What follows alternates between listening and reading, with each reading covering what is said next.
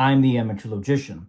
Logic is a way to discipline our thinking. We think more orderly and rigorously. We reason and evaluate arguments better when we study logic. And that's why I've been producing an extensive series on this YouTube channel based on the textbook First Course in Mathematical Logic. It's the easiest book that I know of on basic symbolic logic, and we're trying to master symbolic logic on this YouTube channel, among other things. Recently, we finished chapter 3, which dealt with the reductio ad absurdum proof, aka the indirect proof. We also did the conditional proof. We thought about invalidity. We thought about how inconsistent premises lead to contradictions, and so forth. The authors tell us on section 3.8 that the idea of inference is summed up in this way. From premises that are true, we reach only conclusions that are true. In other words, if we start with true premises and follow the rules of logic, that is to say, we argue validly, we can extend our knowledge, we can drive new things, we can reach conclusions. Now, we're not going to go through the review test. If you want to do that, you're definitely welcome to do that.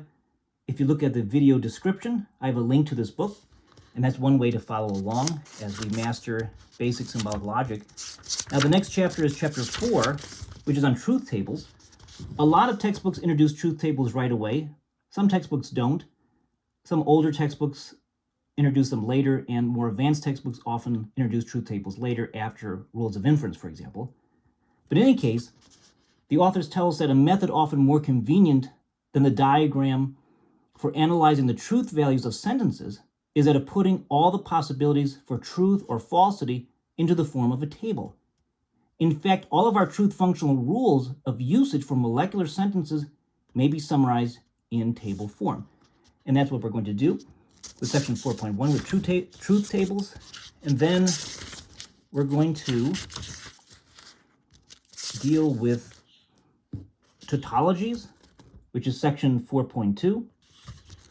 And then finally, we have section 4.3, which is on tautological implication and tautological equivalence.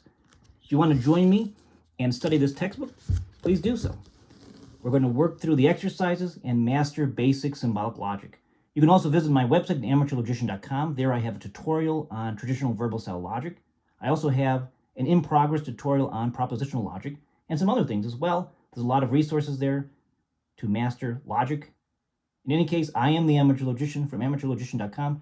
Thank you so much for watching, and be well.